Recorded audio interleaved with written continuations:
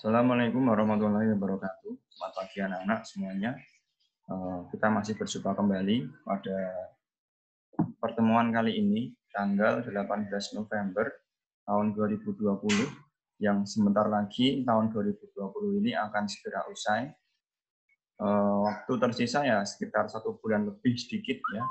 Nah, ini waktu yang tersisa ini pada tahun 2020 supaya bisa dimanfaatkan dengan baik sehingga nanti bisa maksimal. Terus kemudian amal soleh untuk semuanya sebelum pembelajaran dimulai ya selalu disiapkan semuanya ya, termasuk dari buku pelajaran, kemudian buku tugas maupun kertas catatan sehingga nanti untuk bisa menjadi catatan-catatan kecil sehingga bisa melengkapi buku-buku atau mungkin bisa menambah wawasan ketika nanti bisa ditambahkan. Lalu kemudian sebelumnya ya meskipun kita masih dalam masa pandemi corona saat ini, tapi kalian insya Allah juga masih bisa bersemangat, masih selalu rajin dalam belajar meskipun di rumah, tetapi kalian juga selalu dipantau oleh orang tua kalian. Nah kemudian saya sebagai guru di sini selalu menekankan kepada kalian supaya selalu bersungguh-sungguh dan mengikuti alur yang sudah saya buat sehingga nanti bisa maksimal dan amal solihnya setiap tugas, setiap ulangan, setiap kuis ataupun apa saja yang berupa penugasan supaya selalu dikerjakan dengan baik sesuai dengan waktunya masing-masing. Karena itu nanti akan menjadi tolak ukur kalian nanti untuk melanjutkan langkah selanjutnya. Jadi dimohon amal solihnya supaya selalu bersungguh-sungguh. Saya tekankan sekali lagi ya, supaya selalu bersungguh-sungguh dalam pembelajaran. Dan untuk pada materi saat ini, nanti kita akan belajar mengenai transformasi. Transformasi itu adalah perpindahan, ya, perpindahan dari suatu benda. Nah, kita akan mempelajari ada 4 submateri yang kita pelajari dan sebelumnya ini nanti akan membutuhkan titik-titik koordinat. Jadi kalau kalian ingin lebih simpel dalam belajar nanti supaya disiapkan kertas streaming atau buku kotak-kotak ya, buku streaming, buku kotak-kotak yang di situ nanti akan memudahkan kalian dalam menggambar suatu untuk ditransformasi geometri. Nah, ini nanti akan ada kelanjutannya ya anak-anak di SMA kelas 11 nanti ada kelanjutan transformasi, maka dari itu fondasi yang akan saya buat saat ini silahkan dipahami dengan betul-betul. Apabila ada pertanyaan bisa kalian tanyakan. Selanjutnya kita akan melihat, jadi transformasi itu nanti seperti yang saya katakan sebelumnya ada 4 submateri. Yang pertama adalah translasi, yaitu pergeseran. Lalu ada refleksi, yaitu pencerminan. Lalu ada rotasi, perputaran, dan dilatasi, itu perkalian. Nah, silahkan nanti dicatat baik-baik rumus-rumusnya, kemudian pengerjaannya seperti apa, silahkan nanti bisa dipahami. Yang pertama, kita akan belajar mengenai translasi. Translasi itu, coba kita lihat di situ, ada anak yang di situ menggunakan perosotan ya. Perosotan tahu kan kalian, dulu saat kecil kan tahu ya. Jadi dari atas ke bawah. Jadi dia itu bergeser dari atas ke bawah. Nah itu namanya bergeser atau suatu pergeseran. Nah, perumpamaan dari translasi itu seperti itu, jadi bergeser. Dan di situ pasti punya arah, ya enggak? Nah, pasti punya arah. Nanti akan kita pelajari lebih lanjut. Ini gambarannya saja dulu bahwa perosotan ini memindahkan atau menggeserkan anak dari atas ke bawah. Selanjutnya, nah, pengertian translasi ya bisa kalian baca ya di situ bahwa perpindahan semua titik pada suatu bidang datar dengan jarak dan arah yang sama.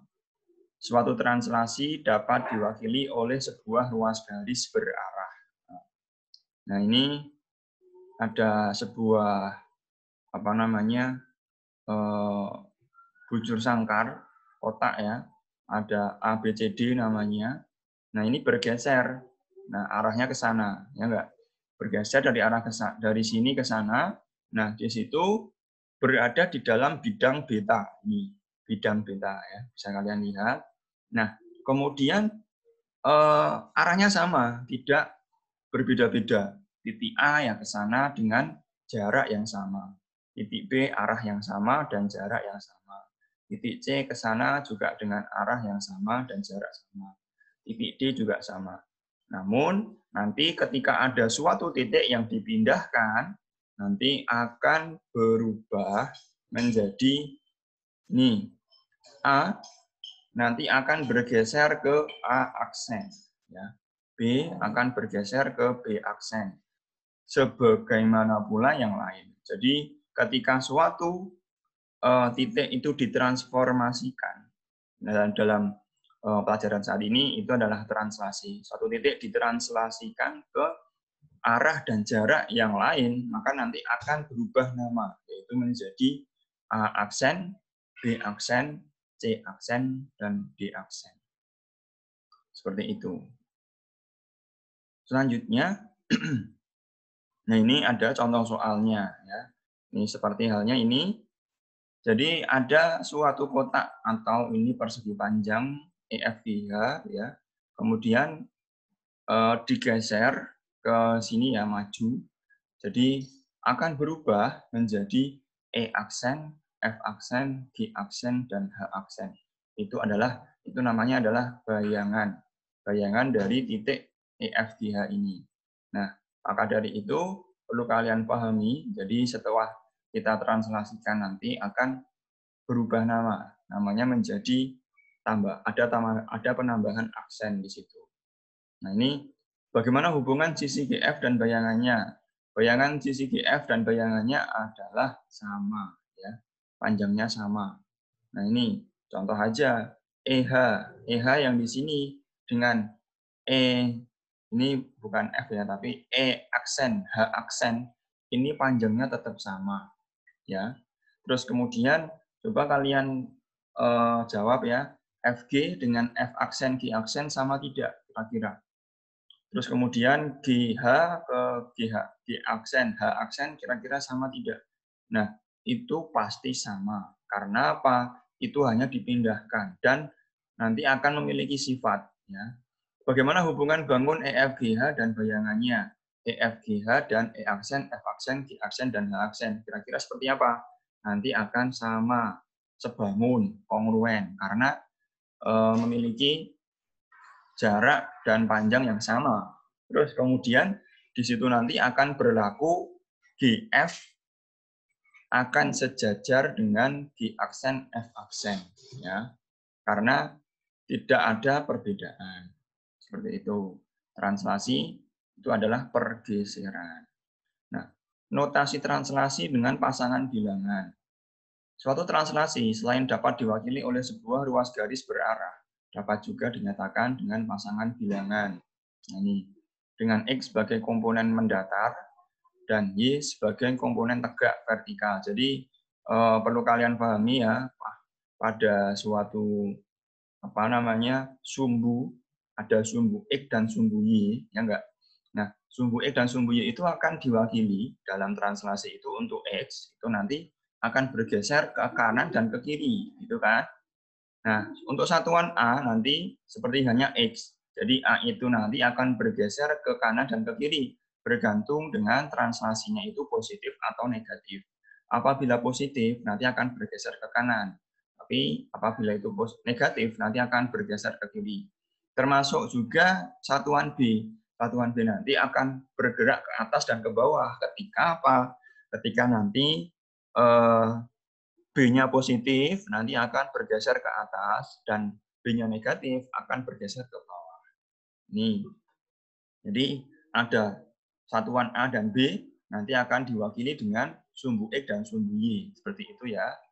Terus kemudian selanjutnya koordinat bayangan. Nah, koordinat bayangan nanti akan diwakili dengan notasi yang lain. Seperti yang sudah saya sampaikan tadi, bahwa untuk bayangan itu nanti akan ditambahi dengan tanda aksen di atas hurufnya ya. Nah, kemudian contoh saja di sini ada suatu titik A di sini ya anak-anak, min 6,5, koordinatnya min 6,5. Akan digeser 10 satuan ke kanan, kemudian digeser lagi 8 satuan ke bawah. Nah, kalau ke kanan dan ke kiri, tadi kalian masih paham ya bahwa ke kanan dan ke kiri itu nanti akan mengubah sumbu X-nya. Ke kanan dan ke kiri sumbu X atau satuan X-nya. Namanya absis. Ya, maka apabila ke kanan berarti ditambah atau dikurang. Karena ke kanan berarti ditambah. Seperti itu. Maka akan kita buat min 6. Karena min 6 ini satuan untuk absis atau sumbu X, maka kita jumlahkan ya dengan 10. Min 6 ditambah 10. Lalu digeser lagi 8 satuan ke bawah. Kalau atas bawah itu nanti menggunakan sumbu Y. Atas bawah sumbu Y. Karena digeser ke bawah, maka nanti diapakan? Dikurangi ya anak-anak. Apabila nanti digeser ke atas, nanti ditambah. Nah, dalam kasus ini digeser ke bawah 8 satuan. Maka 5, karena ini adalah sumbu ordinatnya atau sumbu Y, maka nanti dikurangi 8. Nih. Maka akan menemukan atau mendapatkan memperoleh titik A aksen. Ini ya, titik A aksen. Berada di bawah sini dengan koordinat yang baru karena sudah berubah, sudah digeser menjadi A aksen 4,-3 seperti ini. Nah, rumusnya untuk mendapatkan bayangan titik A X, Y pada translasi A, B adalah A aksen X ditambah A, Y ditambah B. Jadi bergantung dengan translasinya berapa. 10 min 8. Seperti itu. Ini penulisan secara resmi dalam penggunaan translasi. Seperti ini ya anak-anak ya. Jadi perlu kalian pahami, ini bisa dijadikan highlight, bisa ditekankan, ditulis dengan apa namanya, bolpen yang lain, warna yang lain, mungkin seperti itu, sehingga nanti kalian bisa lebih enak dalam menderes catatan yang sudah kalian buat. Seperti itu. Ini contoh untuk persoalan dalam translasi, dalam membuat bayangan. Itu ya anak-anak ya. Nah, contoh soal yang lain. Misal ini bisa dilihat ya ini ya. Ada titik A 8,3, titik B 5,3, dan C 10,2 adalah titik sudut pada segitiga ABC. Pada translasi min 81, ya, translasinya min 81 berarti min 8 itu nanti bergeser kemana? Bergeser ke kiri karena min, ya enggak? Terus kemudian berapa satuan? Ada 8. Maka nanti titik atau absisnya akan bergeser ke kiri sebanyak 8 satuan. Dan 1 itu adalah ordinatnya. Titik satuan B. Ini yang kotak ini A, terus N ini adalah B. Berarti nanti akan bergeser min 8. Berarti 8 satuan ke kiri dan 1 ke atas. Seperti itu. Nah, segitiga ABC akan dipetakan ke segitiga A aksen, B aksen, dan C aksen. Gambarlah segitiga ABC beserta bayangannya. Nah, ini sudah diwakilkan di dalam gambar sini ya, bahwa apa namanya? Bentar. Nah, ini. Nah, sudah diwakilkan dalam bayangan di sini bahwa untuk mengubah A tadi 8,3, maka nanti perlu kita buat titik A, kita ubah bayangannya menjadi A yang semula 8,3, setelah ditranslasikan sebanyak min 8,1, ya enggak? Maka nanti akan berubah. A-nya berapa? Kita lihat. Nah, A-nya 8 ditambah dengan min 8. Lalu 3 ditambah dengan 1. maka titik A aksen menjadi atau bayangan dari A menjadi 0,4. Berada di sini, ya enggak? Begitu pula dengan titik B. Maka titik B 5,-3. 5,-3 yang semula itu 5,-3 ketika ditranslasikan sebanyak -8,1 akan berubah menjadi seperti ini. 5 tambah -8, -3 ditambah 1. Maka titik B aksen atau bayangan dari B yaitu -3, -2. Begitu pula dengan titik C. Seperti itu. Insya Allah kalian bisa memahami ya. Ini sangat mudah. Hanya penjumlahan dan pengurangan saja. Perlu kalian pahami konsep dari translasi ini berupa penjumlahan dan pengurangan. Ini nanti ketika ditranslasikan sebanyak 1 kali, maka nanti aksennya 1. Ya. A aksen, B aksen, dan C aksen. Ketika ditranslasikan sebanyak 1 kali. Apa ada, Pak, apabila translasinya itu 2 kali? Nanti ada. Nanti bagaimana kalau ditranslasikan sebanyak 2 kali? Kira-kira bagaimana? Jawabanmu bagaimana? Kalau translasi 1 kali, aksennya hanya 1, ketika 2 kali translasi, kira-kira seperti apa? Iya, nanti akan ada 2 translasi berurutan. Jadi nanti simbolnya akan diwakili dengan notasi aksennya double. A double aksen, seperti itu. Nanti bisa seperti itu. Contoh lagi di sini, 2 translasi berurutan. Nah, di sini titik AB. Ya, titik AB mewakili translasi 8, 1. Dan BC mewakili translasi 2, 6. Nah, nanti akan bisa ditulis seperti ini. Untuk 2 translasi berurutan, maka nanti bisa ditambahkan 8 tambah 2, terus 1 tambah 6. Berarti translasinya nanti menjadi 10, 7. Nah, nanti akan berupa seperti ini. Nah, semula titik yang tadi ya. Nah, ini translasi berupa titik di sini, ada A, B, dan C, nanti akan berubah. Jadi ketika ditranslasikan sebanyak 2 kali, nanti juga akan berubah lebih banyak atau lebih sedikit. Kalau di situ disesuaikan dengan translasinya. Ya. Oke, ini kita lewati dulu. Oke, selanjutnya dalam submateri yang kedua, yaitu refleksi atau pencerminan. Kalian bisa melihat ya, pencerminan itu ketika kalian melihat cermin, kira-kira bentuknya sama tidak dengan nyata dan bayangannya, kira-kira sama ya. Jadi refleksi atau pencerminan itu adalah transformasi ketika suatu titik atau benda itu dicerminkan pada suatu bidang datar. Ya. Nah, bayangan suatu titik itu nanti akan memperoleh sifat-sifat sebagai berikut. Nah, jarak titik asal P terhadap cermin garis AB sama dengan jarak bayangan P aksen. Jadi P dan P aksen itu jaraknya sama, nggak mungkin beda. Ya. Terus garis yang menghubungkan titik asal dan bayangannya yaitu PP tegak lurus terhadap cermin atau garis AB. Oke, ini masih abstrak. Nanti kita akan buat menjadi lebih nyata. B. Bayangan suatu garis. Menentukan bayangan suatu garis menggunakan sifat berikut. Jika sembarang garis AB direfleksikan atau dicerminkan terhadap sebuah garis, menghasilkan bayangan A aksen, B aksen. Nah, begitu pula dalam refleksi ini ya, anak-anak, bahwa untuk refleksi ini nanti juga akan ada aksennya. Jadi sama seperti translasi tadi. Cuma nanti dalam translasi dan refleksi nanti berbeda rumusnya.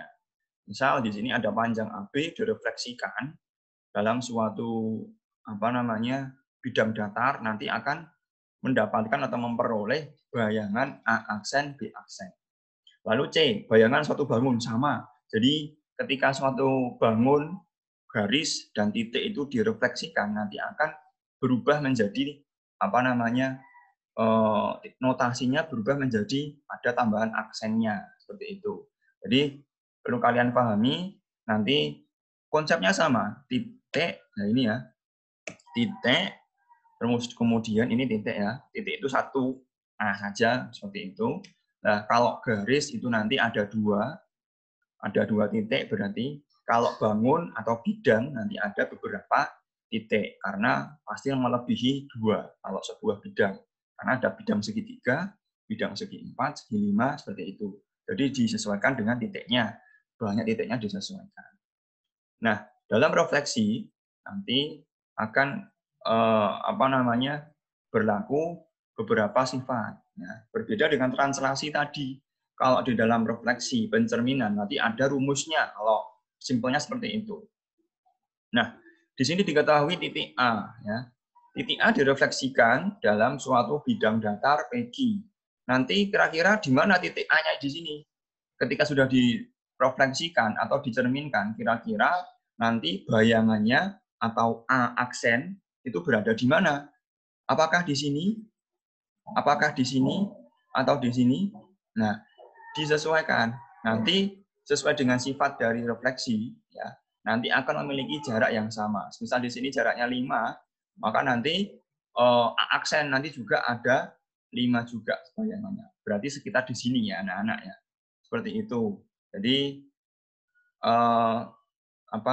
PQ ini sebagai cerminnya seperti itu. Nah, semisal ada titik B di sini, kira-kira titik B aksennya di mana? Ataukah di sini? Apakah di sini atau di sini? Kalau titik B di sini, berarti kira-kira nanti ya di sini. Karena jaraknya sama, ya seperti itu.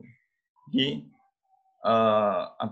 refleksi itu sangat mudah, tinggal diperpanjang aja nanti dari titik di sini ke bidang datarnya, kemudian diperpanjang sebanyak atau sepanjang dari jarak dari titik A itu ke bidang datarnya. Insya Allah bisa dipahami ya anak-anak ya. Jadi ini tidak sulit dalam pengerjaan. Nanti bisa kalian lihat di dalam buku kalian masing-masing. Jadi sembari kalian belajar di sini ya, di YouTube, media YouTube ini bisa kalian buka juga untuk latihan-latihan ya.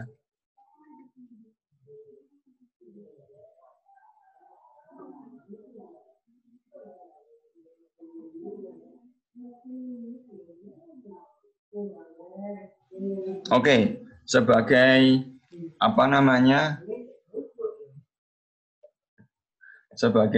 untuk soal bagi kalian latihan di rumah, silakan dibuka latihan 2 ya.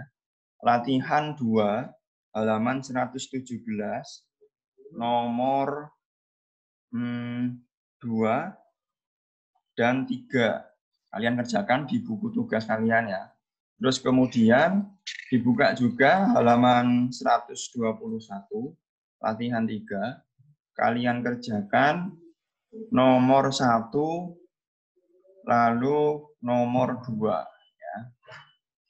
Nomor 1 dan nomor 2. Ada 4 soal. Silakan dikerjakan untuk latihan di rumah ya. Insya Allah tidak banyak nanti latihannya, paling maksimal ya 10 lah. Seperti itu. Jadi untuk latihan saja, silakan dikerjakan 4 soal itu. Oke, selanjutnya ditambah untuk refleksi pada bidang koordinat. Nah, kalau tadi kita belajar mengenai refleksi pada titik, garis, dan bidang. Nah, ini nanti akan ada refleksi pada sumbu koordinat. Nah, seperti tadi di dalam translasi, di dalam refleksi ini juga ada refleksi untuk bidang koordinat. Jadi berupa sumbu X dan sumbu Y. Nah, bisa kalian lihat, dibaca ya di sini, pada refleksi PA, B, nanti akan ada bayangannya. Ya. Bayangannya nanti berupa P aksen A, B, P aksen A, B. Ketika direfleksikan pada sumbu X. Jadi untuk sebagai penekanan, untuk kalian catat rumusnya ya, ketika ini suatu refleksi di sini, ketika refleksi itu direfleksikan terhadap sumbu X, nanti akan menjadi seperti ini. P aksen A, min B. Ya. Terus kemudian refleksi titik P, A, B terhadap sumbu Y, ya, maka nanti yang berubah adalah min A, B. Jadi ketika P direfleksikan di sumbu Y, maka nanti P aksennya adalah min A, B. Contohnya di sini. A. Titik A di sini 4,2. Ya enggak? Direfleksikan terhadap sumbu X di sini. Bidang datarnya adalah sumbu X. Kira-kira bagaimana? Maka nanti ya kita lihat jarak A ke sini itu berapa? 1, 2. Ya enggak? Maka nanti hasil refleksi dari titik A, yaitu A aksen, bayangannya ya tidak jauh dari itu. Sama. Jaraknya 1, 2. Berada di sini. Nah, di sini koordinat dari A aksen itu adalah 1, 2, 3, 4. Maka 4, di sini bayangannya 1, 2. Karena di sini itu untuk sumbu Y di bawah itu adalah negatif, maka A aksennya adalah 4, min 2. Begitu pula nanti ketika kita memiliki sumbu atau titik B. Nah, titik B di sini min 6,4 direfleksikan terhadap sumbu X. Ya, sumbu X itu sepanjang ini. Jadi yang mendata itu namanya sumbu X. Ya. Maka nanti akan diperoleh bayangan B aksen. Karena ini tidak berubah, ya, X-nya tetap sama. Di sebelah kiri itu negatif min 6 atau negatif 6. Lalu yang semula di atas itu 4, ya enggak? Maka direfleksikan, maka menjadi min 4. Ini contoh untuk yang refleksi pada sumbu X. Ketika refleksi pada sumbu Y, itu nanti sama. Ketika ada titik A di sini, direfleksikan terhadap sumbu Y, ini, maka nanti yang berubah adalah A-nya menjadi negatif, dikalikan negatif 1. Karena apa? Karena ini berubah kanan kirinya, seperti itu. Kalau yang sumbu X tadi, yang berubah adalah ini dalam sumbu Y-nya, atas bawahnya. Tetapi ketika direfleksikan terhadap sumbu Y, maka nanti yang berubah adalah kanan kirinya. Itu. Jadi ini bisa dikotai, ya, bisa dikotai sebagai pengingat nanti tidak lupa, dan bisa ditekankan, diberi spidol atau warna yang lain sehingga nanti bisa lebih mudah dicari. Ini rumus untuk refleksi terhadap sumbu X dan rumus terhadap sumbu Y. Jadi beda ya dengan translasi tadi. Oke, selanjutnya, nah ini contoh soal seperti tadi ya, bisa dilihat halaman 3, latihan 3 halaman 121 tadi. Oke, selanjutnya setelah bidang koordinat nanti juga ada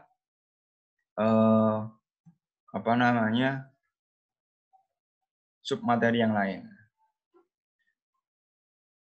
Nah, ini mungkin besok cukup untuk saat ini. Jadi silahkan tadi beberapa soal tadi yang latihan 3, lalu latihan 4, ditambah dengan latihan 5 ya, anak-anak. Latihan 5, ini halaman berapa ini? Oh, tadi latihan 2, latihan 3, ya. Latihan 2, latihan 3, 2 soal. Lalu latihan 4, nanti nomor 1 dan nomor 2. Jadi 6 soal, insya Allah cukup untuk latihan, silakan dikerjakan untuk refleksi sampai di titik koordinat. Insya Allah nanti ada materi yang lain akan kita lanjutkan pada pertemuan berikutnya. Dan untuk kisi-kisi insya Allah akan kami share. Insya Allah sebelum BTS dilaksanakan nanti akan kami share sebelumnya. Nanti supaya kalian bisa belajar dan mempersiapkan segalanya ya. Sehingga nanti bisa maksimal dalam nilainya. Ingat kalian di sini sudah kelas 9, semester 5, itu nanti insya Allah akan digunakan sebagai tanda kelulusan. Karena mungkin saja untuk lulusan tahun ini nanti tidak ada ujian nasional maupun asesmen yang lain. Nanti dalam menentukan kelulusan, kalian nanti menggunakan nilai semester 1 sampai semester 5. Nah, pada saat ini itu termasuk semester 5, maka dari itu maksimalkan. nilai pada semester 5 ini, sehingga nanti tidak apa ya, menyesal di kemudian hari. Lah yo toh, jane cara aku ngerti ngene wis tak gawe apik bijiku. Nah, mungkin bisa seperti itu. Maka dari itu, maksimalkan dengan baik, kerjakan soal dengan baik sehingga nanti bisa maksimal dalam mencapai soal atau bisa mendapatkan nilai yang maksimal seperti itu. Dan jangan lupa sesuai dengan arahan pemerintah, kalian harus supaya selalu cuci tangan, pakai masker ketika di luar, dan selalu pakai hand sanitizer, ditambah menjaga pola hidup sehat. Dan jangan lupa, meskipun saat ini kalian di rumah, maksimalkan waktu dengan baik, digunakan untuk hal-hal yang positif, bisa digunakan untuk ngaji, bisa untuk asrama online, bisa digunakan untuk yang lain. Seperti itu. Dan pesan saya selalu taati orang tua dan selalu taati guru yang ada di sekolah meskipun tidak bertemu, tetapi harapan semua guru kalian itu bisa berhasil sukses dunia maupun akhirat dan bisa menjadi anak yang unggul, bisa menjadi anak yang memiliki diri sukses maupun 6 top ya luhur. Seperti itu. Itu adalah cita-cita tujuan dari kalian disekolahkan di SMP Budi Utomo Surakarta. Dan insya Allah untuk info-info yang lain akan disampaikan besok pada saat live streaming pada pertemuan berikutnya untuk info-info terkait dengan PAS maupun penerimaan rapot dan tahun baru atau liburan akhir semester. Insya Allah seperti itu ya anak-anak, cukup untuk hari ini dan kita akan lanjutkan karena saya selalu membuat video itu maksimal 45 menit karena konsentrasi setiap manusia itu tidak lebih dari 45 menit. Sehingga ketika sudah melebihi itu, tidak ada konsentrasi lagi, tidak fokus berarti. Oke, seperti itu anak-anak. Insya Allah cukup sekian dari saya. Apabila banyak kesalahan, saya mohon maaf yang sebesar-besarnya. Alhamdulillah, jazakumullah khairan. Assalamualaikum warahmatullahi wabarakatuh.